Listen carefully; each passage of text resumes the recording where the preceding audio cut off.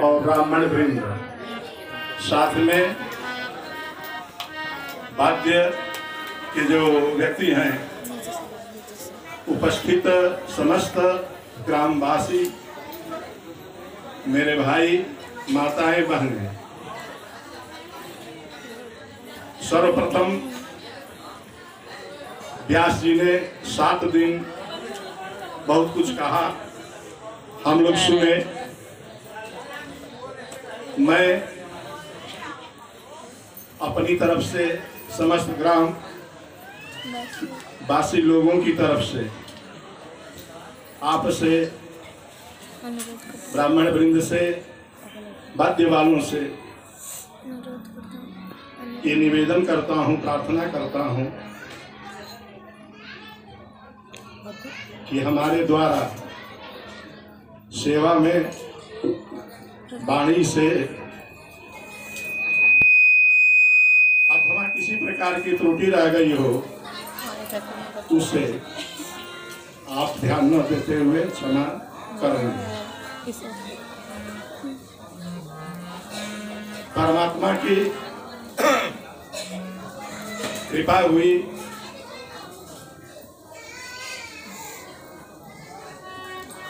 आपने जिस भाव में, जिस शैली में श्रीमद् भागवत कथा का रसास्वादन कराया, हम सभी बहुत आपके आभारी हैं। और मैं बाल मुकुंद कृष्ण भगवान से प्रार्थना करता हूँ कि वह सदैव आपको इसी तरह जोश दें, शक्ति दें, ताकि हमारे जैसे बहुत सारे लोगों का कल्याण हो सके।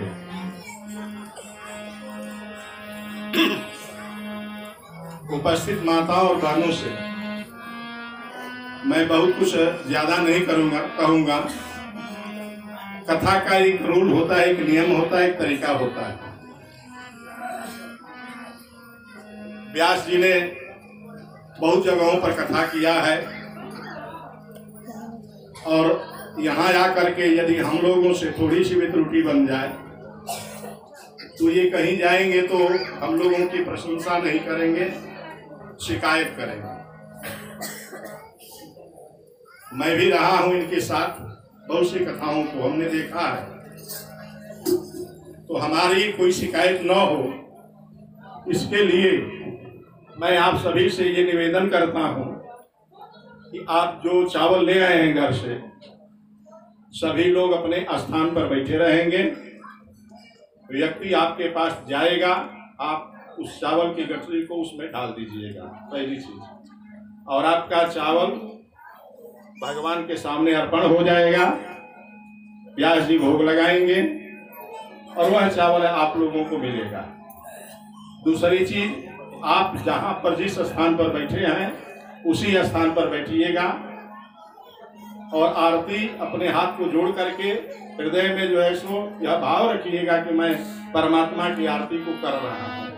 क्योंकि यदि लोग खड़े होंगे अव्यवस्था बन जाएगी, तो अव्यवस्था को न बनाएं और क्रम से आप सभी बैठे रहिएगा। एक एक व्यक्ति, एक एक माताएं, एक एक बहनें उठ करके, कोई दूर नहीं जाना। इसलिए मैंने कथा को आधा घंटा पहले विराम दिया था, ताकि आप सभी को एक एक लोग उठ करके जाएंगे, व्यास जी से आशीर्वाद लेंगे। इसके बाद गेट पर प्रसाद बटेगी, वहां जाकर के भगवान का प्रसाद ले लेंगे। तीसरी बात मैं ये कहना चाहता हूं कि आज जो है सो कथा की समापन हो रहा है। कल मेरे गृह में हमारे पौत्रों का जो है सो जनेऊ संस्कार है, और आप सभी का मैं बहुत बड़ा आभारी हूं कि आप सभी ने आकर के जो है सो अपने बहुमूल्य समय को हमें प्रदान किया है। 10 साढ़े 10 बजे वैसे जो परिपाटी है, नियम है, हजाम आपके घर घर जा करके आमंत्रित करेगा, फिर भी मैं कह देता हूं अपने मुख से कि आप सभी जो है सो आमंत्रित रहें, आप सभी जो है सो आइएगा, उपनयन संस्कार बच्चों का देखिएगा, उनको अपनी तरफ से आशीर्वाद दीजिएगा। हजाम का जो नियम है वो करेगा, वो जाएगा, वो कहेगा। इसके अतिरिक्त मैं स्वयं कह देता हूँ आप लोगों से, और मैं चाहूंगा कि रिंकू जी थोड़ा दो शब्द जो है सो अपने मुखारबिंद से सभी लोगों को कुछ कह दें, ताकि मैं आरती की तरफ बढ़ूं। आरती कर ले। आदरणीय उपस्थित समस्त ग्रामवासी, हमारे पूज्य व्यास जी, सत सत वंदन है, नमन है आपके चरणों में। पिछले 7 दिनों से अपने वाणी से, अपने भजनों से, अपने सुंदर अंदाज से जिस तरह का भक्तिमय माहौल आपने बनाया, जो समय आपने बांधी, मैं केवल व्यक्तिगत नहीं, मेरा परिवार ही नहीं, मेरे कुटुंबी ही नहीं, मेरा समस्त गांव वृंदावन धाम बन गया है। आभार व्यक्त करने के लिए शब्द नहीं है, कैसे हम आभार व्यक्त करें, लेकिन परंपरा है और उसका निर्वहन करना हम सबका दायित्व है। सौभाग्य जब उत्पन्न होता है, न केवल व्यक्ति का वरन परिवार का, गांव का और संपूर्ण क्षेत्र का, तब मन में एक जिज्ञासा आती है कि क्यों ना हम कोई भक्ति का कार्य करें, कोई भगवान का कार्य करें। हम सुनते आए हैं पहले के राजा महाराजा, जब उनके पास धर्म के कार्य करने की मन में एक विचार आता था तो कुछ न कुछ वो करते थे। तड़ाक बनवाते थे, कुएं खोदवाते थे, नहर निकलवाते थे और भगवान का कीर्तन करते थे, श्रीमद् भागवत कथा का आयोजन करते थे। बड़ा ही दुर्लभ क्षण होता है जब इस तरह का भाव मन में आता है। हमारे पिताजी के मन में लगभग 1 साल पहले ये भाव आया कि हमें श्रीमद् भागवत कथा कहना चाहिए, और न केवल हमें सुनना चाहिए वरन समस्त नातेदारों, रिश्तेदारों, परिवारों, कुटुंबियों, गांव वालों को सुनाना चाहिए। चिंतन करते करते खोज पहुंची कि व्यास जी महाराज कौन होंगे, किसके द्वारा हम कथा श्रवण करेंगे। तो एक बात आई कि परंपरागत रूप से संस्कृत की कथा जो है, मूल सुखदेव जी महाराज कहे, सनातन जी लिखे, उस समय प्राचीन समय में जब ये भाषा हुआ करती थी आम जनों की, सब लोग समझते थे, बोलते थे संस्कृत को, तो संस्कृत की कथा लोग सुनते थे, लोग जानते थे। लेकिन आज हमारी भाषा हिंदी हो चुकी है, संस्कृत का छोटा सा श्लोक भागवत का हम अर्थ नहीं समझ पाते। इसलिए कथा श्रवण करना, संस्कृत का श्लोक कान में जाना और साथ साथ उसका सुंदर अर्थ, सुंदर वर्णन कैसे हमारे दिलों के करीब पहुंचे, हमारे जेहन में कैसे रच बस जाए। कथा का मतलब है भाव का उत्पन्न होना, और भाव कैसे उत्पन्न होगा, ये खोज लंबी चली और आकर के पूज्य महाराज जी पर समाप्त हुई। पिताजी बहुत वर्षों तक इनके साथ रहे।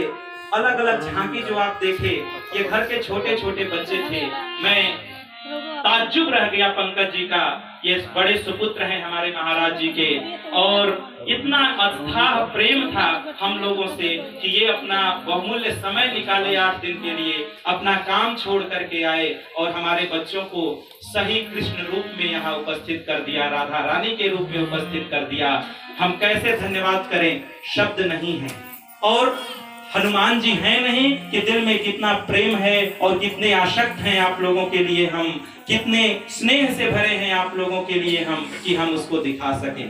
हम व्यास जी महाराज को धन्यवाद नहीं कर सकते, हम केवल आशीष की आकांक्षी हैं, और हम अपने संपूर्ण गांव की तरफ से, रिश्तेदार, कुटुंबी और संपूर्ण समाज की तरफ से आपसे ये उम्मीद करेंगे और विश्वास भी है कि आपकी कृपा बनी रहेगी। और हम प्रयास करेंगे कि भविष्य में भी कुछ इस तरह का हम बड़ा आयोजन करें। जगह की कुछ कमी निश्चित रूप से पड़ जा रही थी, छोटा सा हमारा आंगन था और हम लोगों की उपस्थिति बहुत बड़ी थी, बहुत ज्यादा लोग उपस्थित हो रहे थे।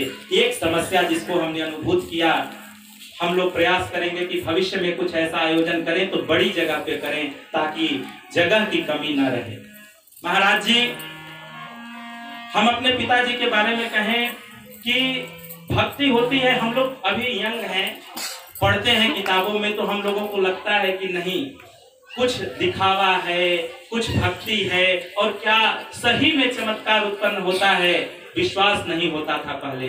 लेकिन इनके भाव को देख करके कि कृष्ण जी का कौन सा रूप है, मतलब हमारे घर में पिछले 1 साल से अगर बज रहा था संगीत तो श्रीमद् भागवत का ही संगीत बज रहा था। पिताजी सुबह 4 बजे उठते थे और श्रीमद् भागवत कथा श्रवण करते थे। मन में बिल्कुल उसी तरह का भाव आ रहा था, कैसी झांकी बनाएं, कैसे कैसे तैयारी करें, कैसे कैसे कथा का संचालन होगा, क्या क्या हमको दक्षिणा देनी, दान करनी, क्या क्या व्यवस्था करना, कहाँ रखना, क्या करना, एक एक चीज की लिस्ट बना रहे थे। हम सब देख के ताज्जुब रहे। 56 भोग के दिन 56 भोग लगाया जाता है और पिताजी यहाँ पे जो व्यवस्था किए वो लगभग 86 भोग 86 भोग थे और ये बड़ी तैयारी का रिजल्ट था। हम उसके गवाह बने। हम सभी हम अपने परिवार की तरफ से, संपूर्ण गांव की तरफ से और अपने जो भी श्रोता थे, महाराज जी आपकी आवाज ये केवल छोटे से आंगन में ही नहीं गूंज रही थी, 6, 7, 8 लाउड स्पीकर के द्वारा आपकी आवाज सुदूर तक जा रही थी। कई गांव के लोग जगह की कमी से दरवाजे तक आते थे। हमें बड़ा अफसोस होता था, दुख होता था और दरवाजे से लौटते थे ये कहते हुए कि भैया कथा हमको सुनाई दे रही है, हम दूर बैठ के कथा सुन रहे हैं, बड़ा आनंद आ रहा है कथा का। मैं कह रहा था कि संस्कृत का सुबह वाचन हुआ, वो श्लोक सबके कानों में पहुंचा, उसका अर्थ हम नहीं समझ पाए और महाराज जी जब 2 बजे शुरू किए कथा कहना तो एक एक भाव भागवत के बारे में हम लोग जो देखे थे सीरियल्स में उसकी जानकारी थी, लेकिन प्रसंग कौन किसको कहता है हमें भी जानकारी नहीं थी। 7 दिनों तक बैठे बैठे काम करते करते हल्के फुल्के समय देते देते हम लोग इस स्थिति में आज पहुंचे हैं कि एक एक प्रसंग अगर कोई पूछे तो हम में से हर माता, हर बहन, हर भाई, हर पिता बताने में सक्षम है कि ये क्या हुआ था। असली भक्ति भाव से ही उत्पन्न होती है और वो भाव जगाने वाले आदरणीय महाराज जी के चरणों में हम सत नमन करते हैं, हम वंदन करते हैं, हम एक बार फिर अभिनंदन करते हैं।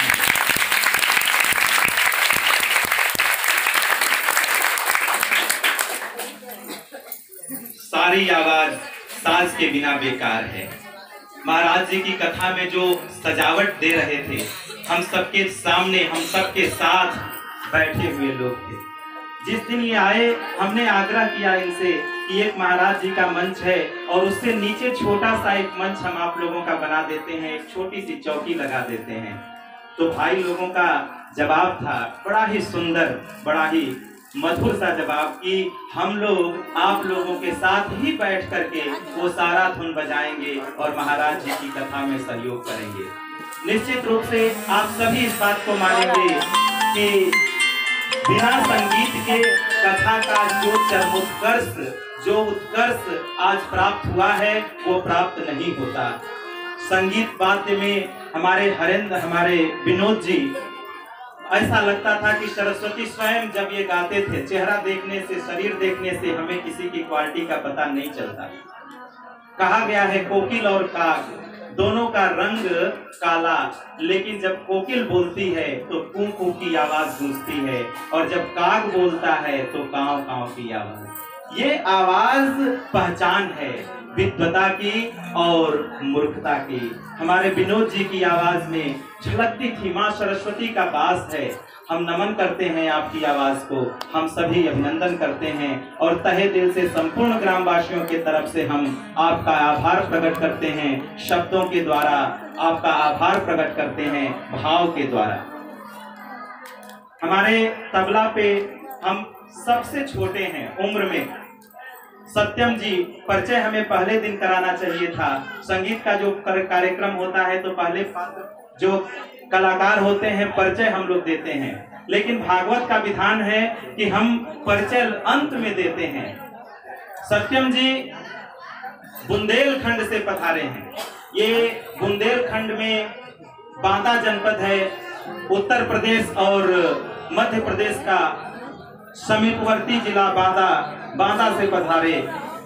ये आने वाले नहीं थे, लेकिन ऐसा संयोग बना कि सत्यम जी हमारे यहाँ पधारे और 7 दिनों तक हम सबके साथ इन्होंने संगति की, हम सबके साथ संगीत से सजाया संवारा और उस अवस्था को पहुंचाया इस कथा को जहाँ की हम सब अनुभूत कर रहे हैं कि यह उत्कृष्ट कथा हुई।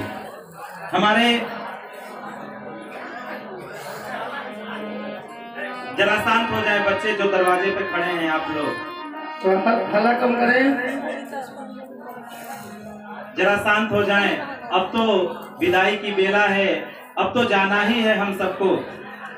जरा शांत हो जाएं, प्रसाद वितरण आरती सज रही है।